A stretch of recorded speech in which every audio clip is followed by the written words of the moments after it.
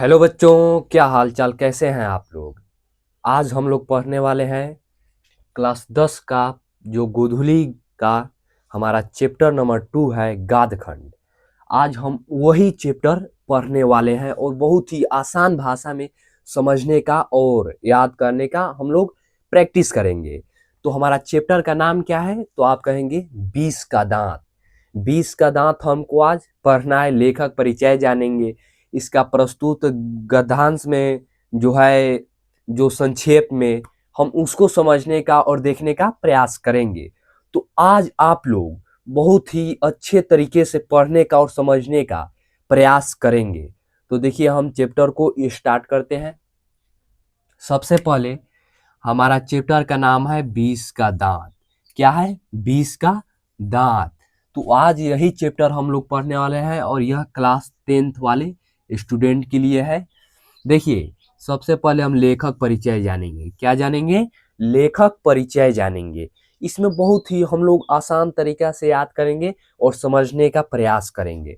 तो लेखक परिचय में देखिए, जन्म परिचय सबसे पहले क्या है? जन्म परिचय। जन्म परिचय में लेखक का नाम है नलिन बिलोचन शर्मा। क्या है? नलिन बिलोचन शर्मा। इस पाठ का लेखक का नाम क्या है, तो आप कहेंगे नलिन बिलोचन शर्मा। तो देखिए, नलिन बिलोचन शर्मा का जन्म 18 फरवरी 1916 में कब हुआ था? 18 फरवरी 1916 ईस्वी में पटना के बदरघाट, पटना के बदरघाट में हुआ था। यहाँ से कितना ऑब्जेक्टिव क्वेश्चन बनेगा? तो एक तो ये ऑब्जेक्टिव क्वेश्चन बन जाएगा आपका कि नलिन बिलोचन शर्मा का जन्म कब हुआ था। कौन सा ऑब्जेक्टिव क्वेश्चन बनेगा? नलिन बिलोचन शर्मा का ऑब्जेक्टिव, देखिए सॉरी, नलिन बिलोचन शर्मा का जन्म कब हुआ था, यहाँ से एक ऑब्जेक्टिव पूछा जाता है।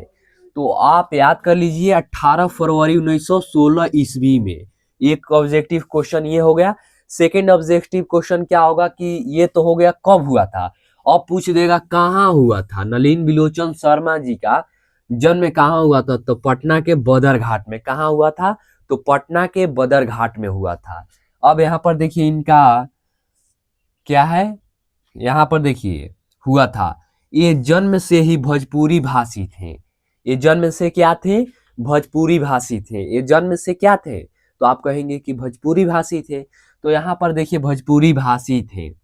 इनके पिता का नाम, इनके पिता का नाम क्या है, तो इनके पिता का नाम पंडित राम अवतार शर्मा। क्या था? यहाँ से भी एक ऑब्जेक्टिव क्वेश्चन बन सकता है। क्या बन सकता है कि नलिन बिलोचन शर्मा जी का पिता का नाम क्या है। आपसे पूछ देगा कि नलिन बिलोचन शर्मा जी का पिता का नाम क्या है, तो हमको क्या लिखना है? पंडित राम अवतार शर्मा। ठीक है। अब देखिए यहाँ पर, और माता का नाम रत्नावती शर्मा। यहाँ से भी एक ऑब्जेक्टिव क्वेश्चन और पूछ देगा कि इनके माता का नाम क्या है, तो आपको क्या कहना है? रत्नावती शर्मा। नलिन जी के पिता जी दर्शन और संस्कृत, नलिन जी के पिता दर्शन और संस्कृत के प्रख्यात विद्वान थे।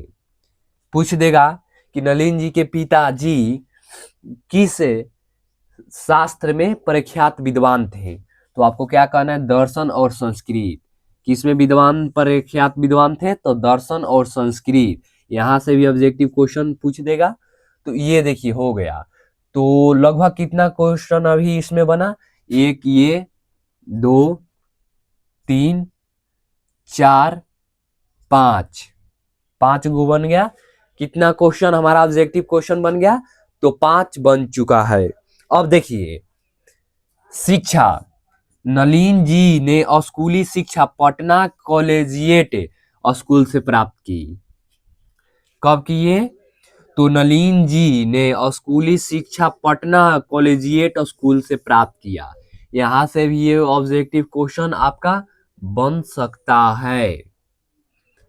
क्या पूछेगा? नलिन जी का शिक्षा कहाँ हुआ था, तो आपको क्या कहना है? स्कूली शिक्षा।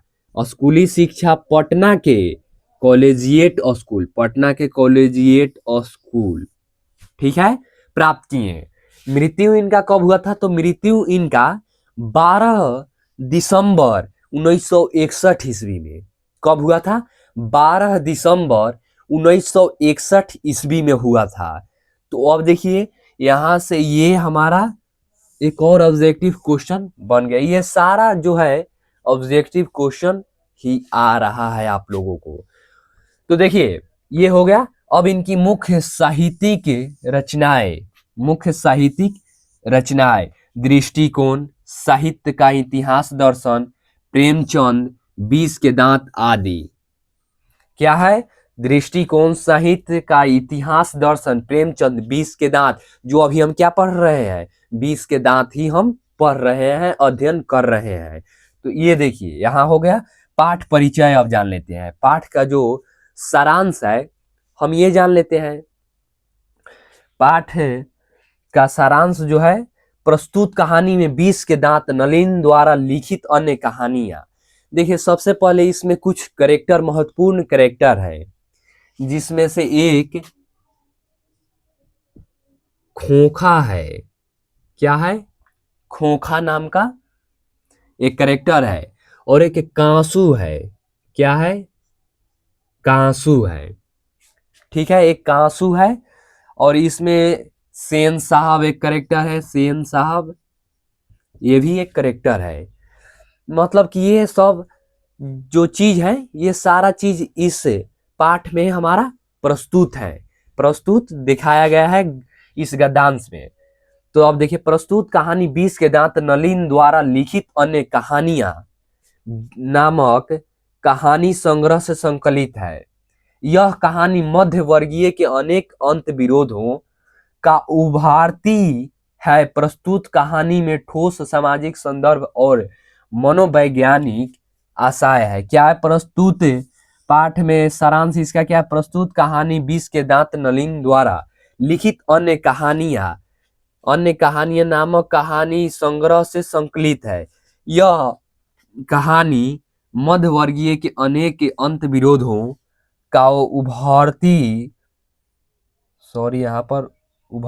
है।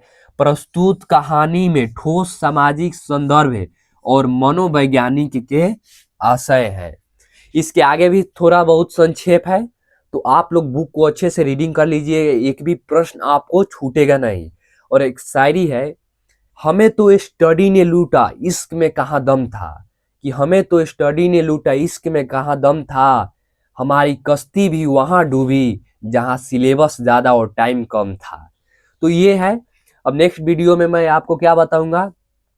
तो इसका ऑब्जेक्टिव क्वेश्चन बताऊंगा। इसका ऑब्जेक्टिव क्वेश्चन बताऊंगा कौन कौन बोर्ड एग्जाम में आता है। तो मेरे चैनल पर नए हैं तो सब्सक्राइब जरूर कर लीजिएगा, और लाइक करके कमेंट में बताइएगा आपको ये वीडियो कैसा लगा। थोड़ा भी अगर हेल्पफुल ये वीडियो लगा होगा तो आप चैनल को सब्सक्राइब जरूर कर लीजिएगा, और अपने सभी दोस्तों के पास एक बार शेयर जरूर कर लीजिएगा। मिलते हैं तब तक नेक्स्ट वीडियो में। जय हिंद।